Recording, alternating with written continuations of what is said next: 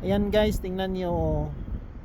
May pusa na dumupo ako dito, tapos bigla siyang lumapit kasi hinintay ko yung kasama ko. Umupo ako, tapos naghingi siguro siya ng pagkain. Wala akong dalang pagkain, tapos tingnan ko yung tenga niya, parang naputol yung tenga niya. Tingnan nyo, oh.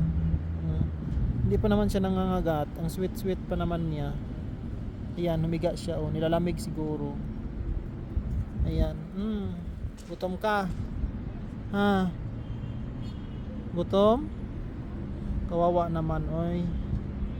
Gutom siguro to. Kawawa ka naman, Ming. Wala akong dalang pagkain, Ming, dito. Nintay ko kasi yung kasama ko, Ming, na magdating. Wala pa. Kawawa ka naman yan. Tinga mo naman, oh. Tingnan mo, oh. Naputol. Bakit naputol yung tinga mo? Ha?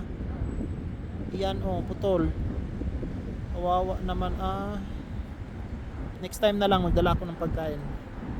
Ha?